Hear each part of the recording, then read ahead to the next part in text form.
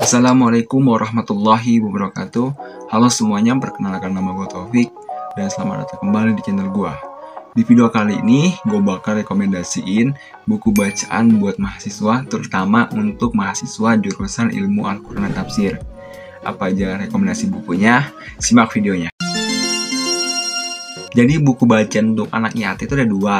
Yang pertama itu adalah buku bacaan untuk skripsian. Tujuannya itu untuk mengerjakan skripsi.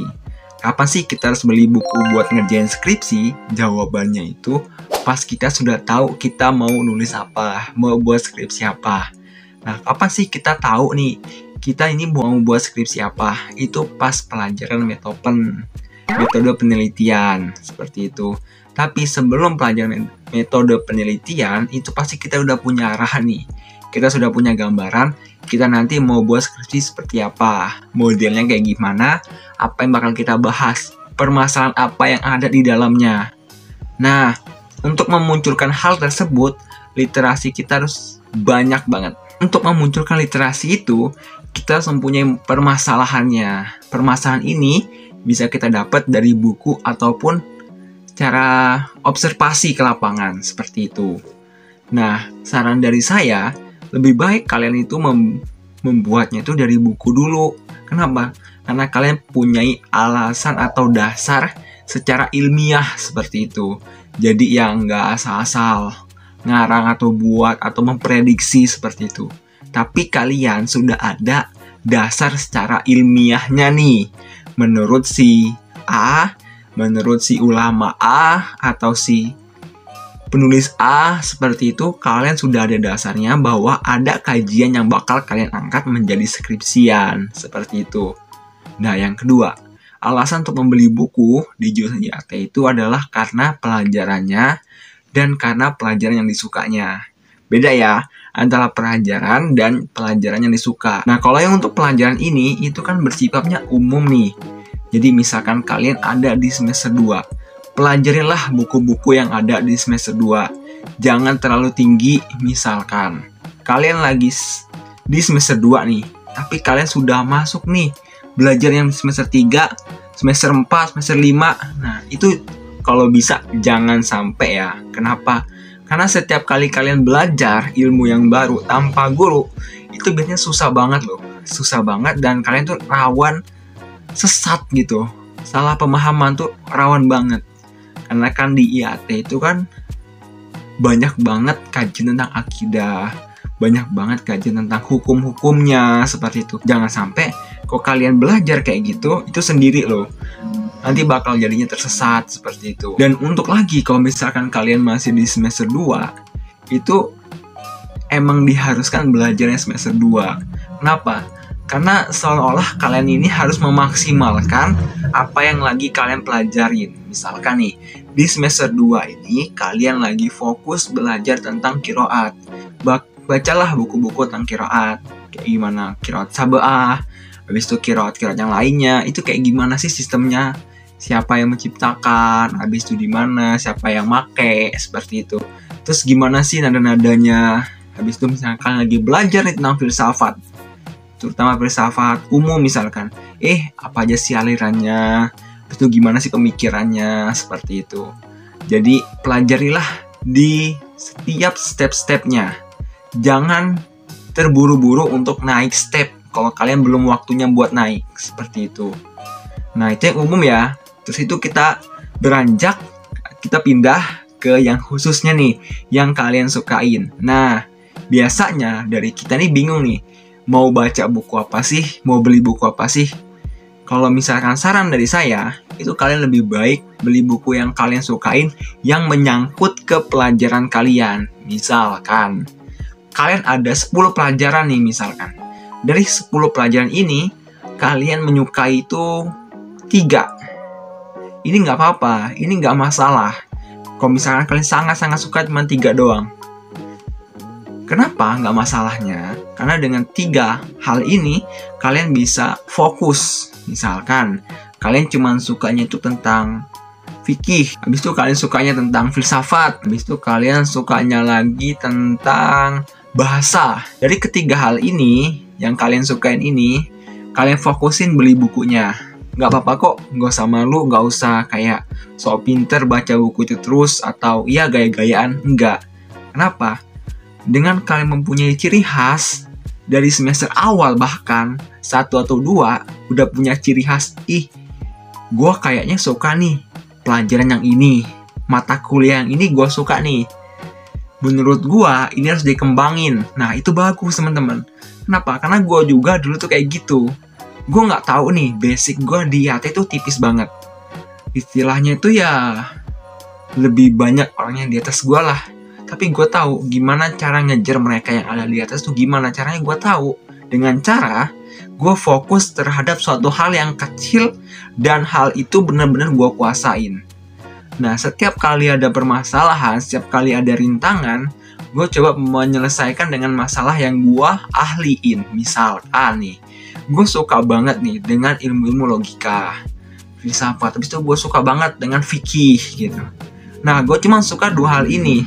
2 hal ini, benar-benar 2 hal ini. Nah gimana caranya 2 hal ini bisa bopong gue itu masuk ke dalam titik, ya anggaplah 10 besar lah ya, 10 besar di jurusan.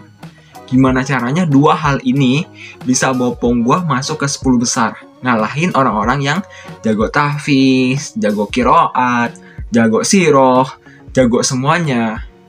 Itu gimana caranya gue bisa ngalahin? Dengan cara gue fokus belajarin 2 hal tersebut teman-teman. Mulai dari step awal, benar-benar semester 1 gue pelajarin nyampe gue akhirnya masuk ke semester 6, semester 7, bis itu udah nggak gue ulas secara detail lagi. Tinggal gue terapin, benar-benar gue terapin semuanya. Nah itu yang gue lakuin, gimana caranya gue bisa cepat lulus teman-teman.